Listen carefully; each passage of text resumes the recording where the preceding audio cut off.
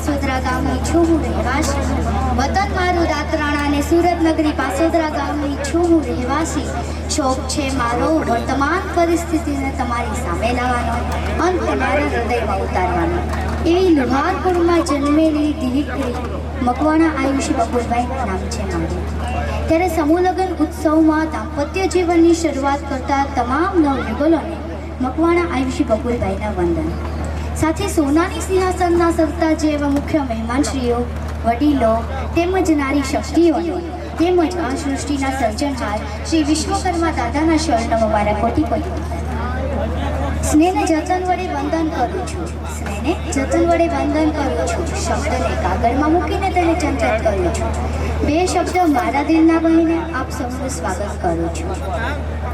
ત્યારે સમૂહ લગ્ન વિશે હું ટૂંકમાં કહું ને તો એક જ સમયમાં એક જ ખર્ચામાં એકથી વધુ લગ્નની આધુનિક ટેકનોલોજી છે. જીવનરૂપી રચના બે પૈડા હોય છે, પહેલું સ્ત્રી અને બીજું પુરુષ.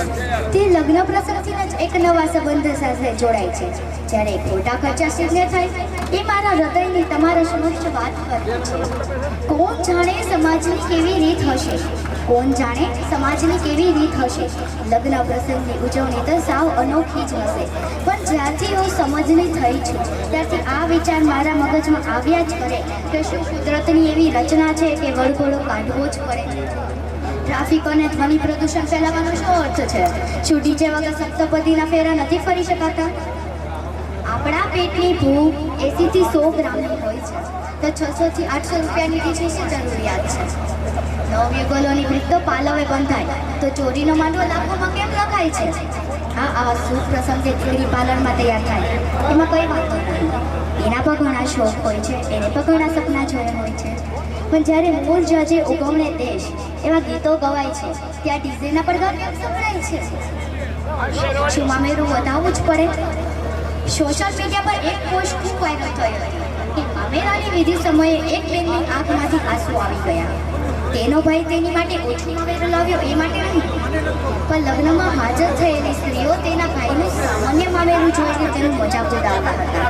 શું બહેનોને પણ આવું જ હોય તો બંધ વાળને એને ગુપ્ત રીતે નથી અપાઈ શકાતું?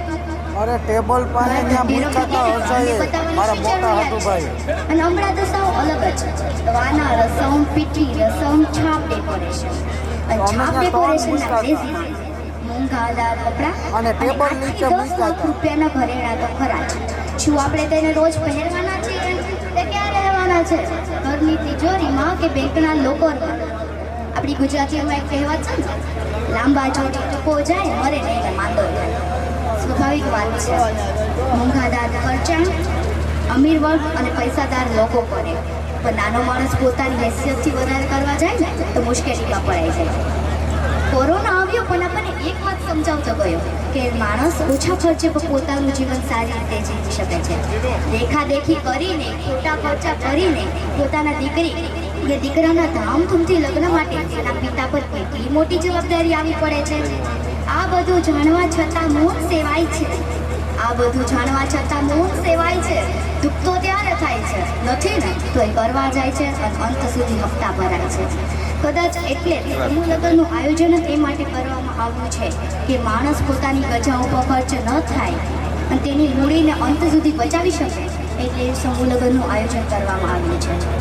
સમૂહ લગ્નનું આયોજન કરતા તમામ પ્રાચીન યુવા ટ્રસ્ટ અને તેને ટીમને હું દિલથી બિરદાવું છું. અને અંતે નવયુગલોને શુભકામના પાઠવતા એટલું જ કહીશ કે કાજલ આપણી નજર ઉતારે, કાજલ આપણી નજર ઉતારે, સૂર્યની કિરણો નવી ઊર્જા બક્ષે, સમાજમાં દાંપત્ય જીવન શ્રેષ્ઠ ઉદાહરણ બનો, સૃષ્ટિ એવું ઉદાર બદલ સ્નેહને બરસાવે. Thank you. જય વિશ્વકર્મા, જય હિન્દ, જય વિશ્વ.